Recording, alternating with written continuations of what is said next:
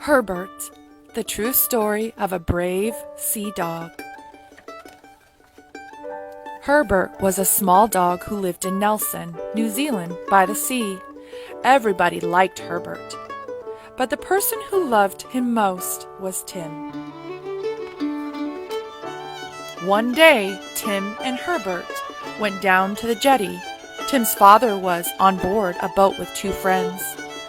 They were going to a cottage in the Marlborough Sounds. With a bound, Herbert leaped onto the boat with them. Tim wished he could go too, but he and his mother were traveling to the cottage by road. His dad said, "The waters in French Pass are treacherous, and there are deadly whirlpools. It is no place for a child." "Well, look after Herbert, Dad," called Tim. At first, the sea was calm and the boat sped along the coastline easily. Dolphins appeared, tumbling and turning, leaping and diving. Herbert was so excited that he ran from one side of the boat to the other, wagging his tail and barking. But the fine weather didn't last. Without warning, a strong wind swept down from the hills, whipping up the waves. The boat began to pitch and toss. The dolphins disappeared. Dark clouds hid the sun. Rain and waves beat against the boat. All signs of land disappeared. The boat had to get through French Pass before the tide turned. Now the men had only their compass to guide them. Nobody noticed what happened to Herbert. Nobody saw him lose his balance and fall into the sea. He tried to bark, but nobody heard him.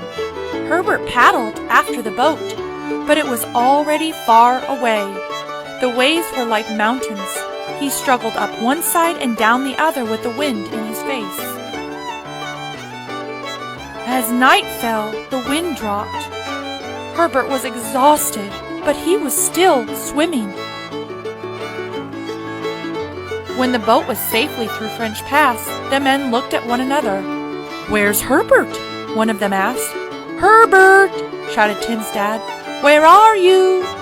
They searched the boat from stem to stern. "He's fallen overboard. We have to go back," Tim's dad said. "We can't go back.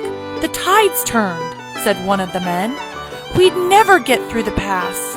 "He won't survive in that sea," said the other. With heavy hearts, they carried on. It was late when they reached the jetty by the cottage. Tim, his mother, and their friends were anxiously waiting. The dreadful news had to be told. Tim cried and cried. "He's alive," he said. "I know he's alive. We must go back." His dad tried to explain about the tides. "And it's dark, Tim."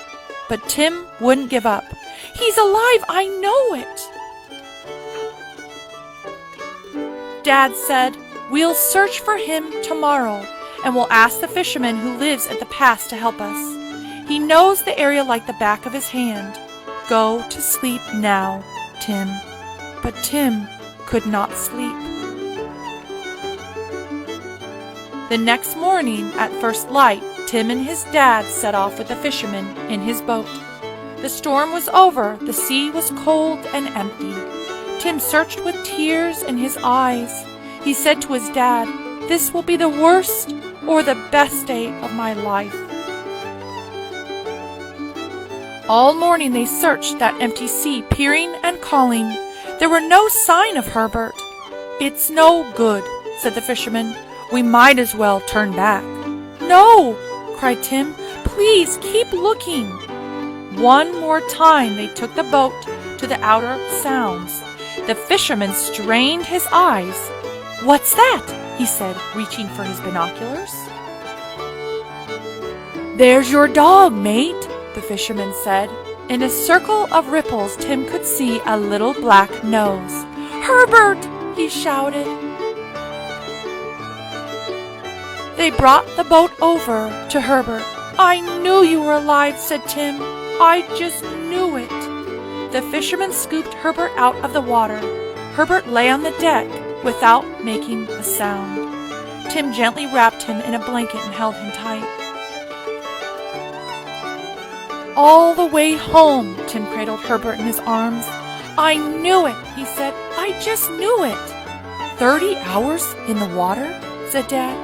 A miracle, said the fisherman. Tim smiled. This is the best day of my life. Iron Dog Award, Herbert. The good news went out over the radio, and soon Herbert's story was told all around the country. He received letters and presents from people who wanted to say how happy they were.